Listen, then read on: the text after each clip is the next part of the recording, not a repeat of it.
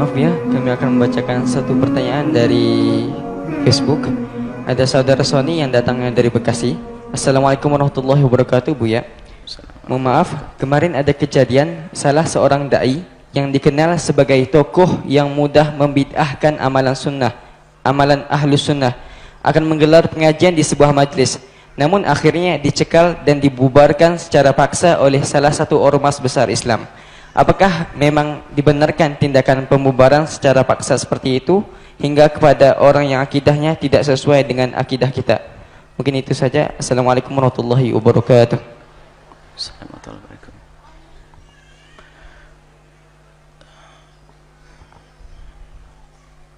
Kita perlu cek kembali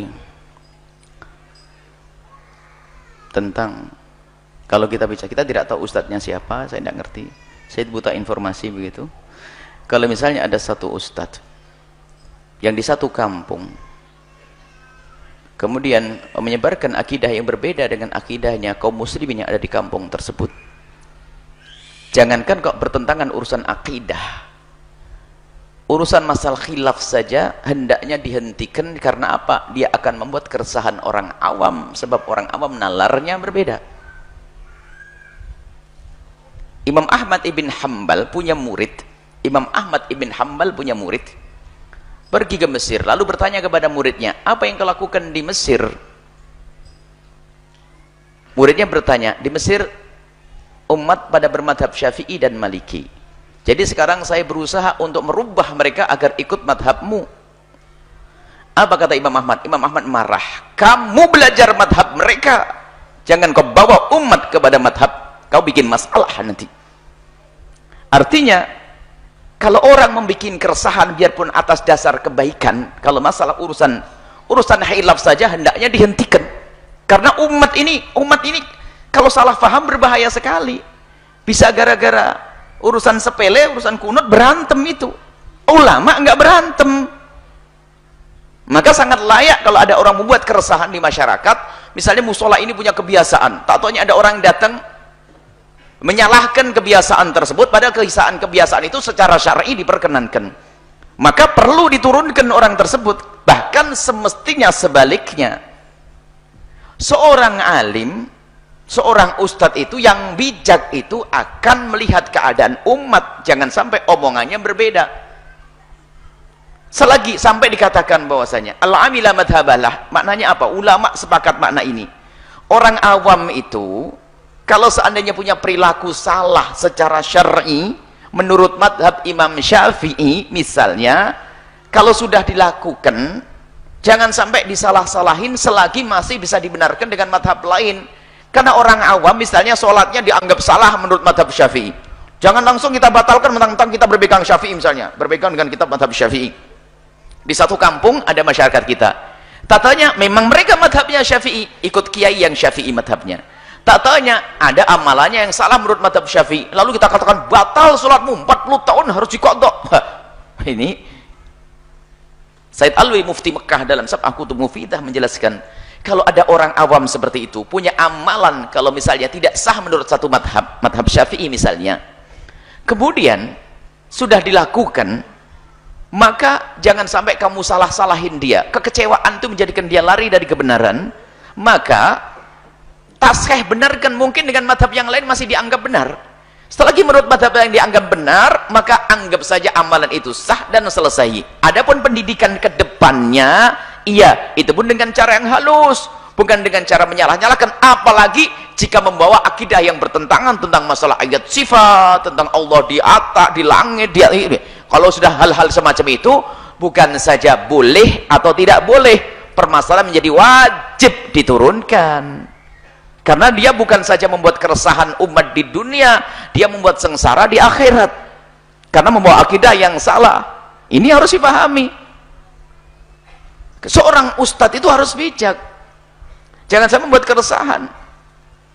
Sekarang masalah akidah dikit-dikit kafir, gara-gara misalnya urusan maulid Nabi, tawasul, definisinya dia buat, misalnya, mohon maaf. Definisi membuat, kita tidak ingin ada yang semacam itu. Kalau memang dia menganggap ini adalah sesuatu yang salah menurutnya, Tentunya dengan kajian ilmiah sampai derajat yang disepakati kesalahannya sehingga harus keluar dari iman atau tidak. Kalau definisinya masih bapak khilaf, itu harus berhati-hati. Jangan kita menyalahkan orang urusan khilaf. Misalnya urusan khilafiyah. Suatu ketika di saat kami membahas masalah hal-hal yang semacam itu, ada yang nyeloteh. Ini Buya Yahya kok mengangkat masalah khilafiyah. Masalah khilafiyah kan tidak perlu diributkan. Memang macam-macam, segala sesuatu bisa dirubah. Kami mengangkat masalah khilafiyah itu akan kami tonjolkan agar orang tahu kalau itu khilafiyah. Karena di sana ada orang yang nggak paham masalah khilafiyah. Misalnya apa? Kalau tiba-tiba saya mengangkat istilah kunut, mungkin orang mengatakan, Buya kok ngangkat masalah khilafiyah? Saya ingin ngasih tahu kalau masalah kunut itu khilafiyah. Ada orang yang nggak ngerti masalah kunut khilafiyah. Misalnya tawassul adalah sangat jelas, masalah tawassul begini. Bukan kita mengangkat masalah khilafiyah untuk dipermasalahkan, justru kita ingin mengangkat masalah ini jangan dipermasalahkan. Traweh, kita ingin hadirkan traweh. Sebab ada orang yang ngerti khilafiyah, pokoknya yang benar harus ini, yang lain salah. Semuanya bid'ah. Jutaan masyarakat Indonesia ahli bid'ah, sakiai yang masuk neraka. Nah ini memang orang suka bikin ontran-ontran, bikin gara-gara. Lah itu orang-orang seperti itu perlu diturunkan. Karena apa? Umat ini perlu dijaga. Bahkan jujur, kalau seandainya saya harus menjadi imam di India sana, maka saya akan sangat salah kalau tiba-tiba saya membaca kunut di umat yang bermadzhab Abu Hanifah, karena saya membuat keresahan orang awam. Kecuali di belakang saya adalah para ustadz yang ngerti perbedaan madhab, saya kunut pun dia akan ngerti bagaimana bersikap kepada orang yang berkunut. Tapi kalau saya jadi imam di sana, saya nggak mungkin kunut, karena kunut sunnah. Tapi kalau saya bikin keresahan orang awam, bermasalah buat saya.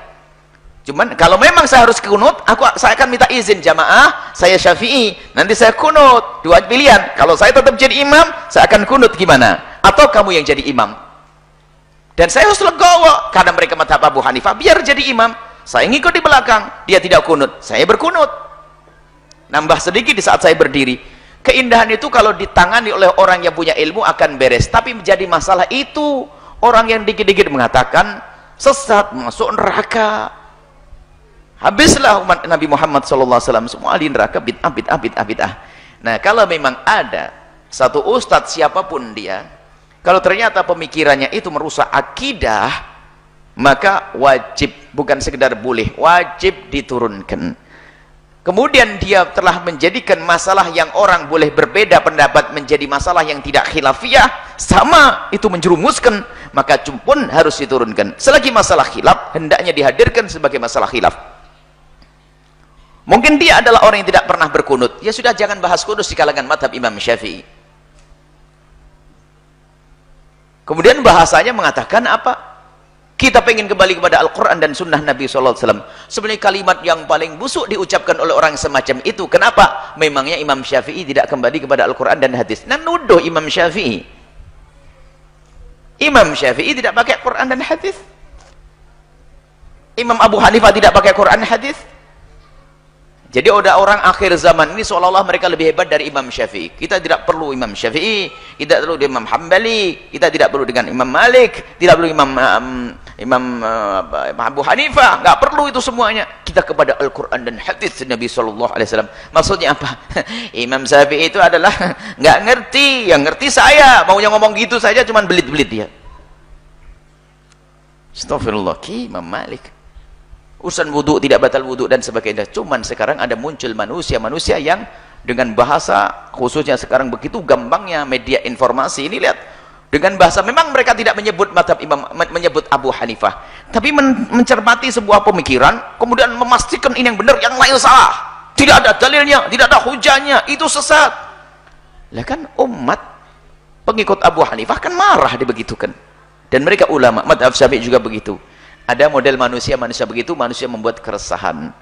Dan kami sampaikan, ilmunya ahli haq itu tidak boleh diperdengarkan kepada ahli batil.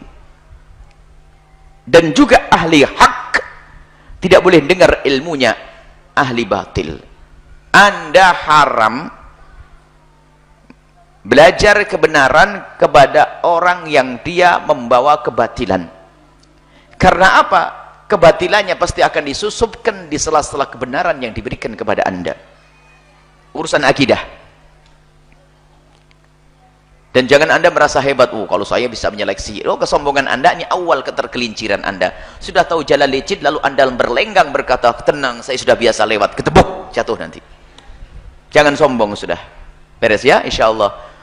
Semoga Allah menjaga iman kita, akidah kita semuanya. Wallahu a'lam bishawab. Baik.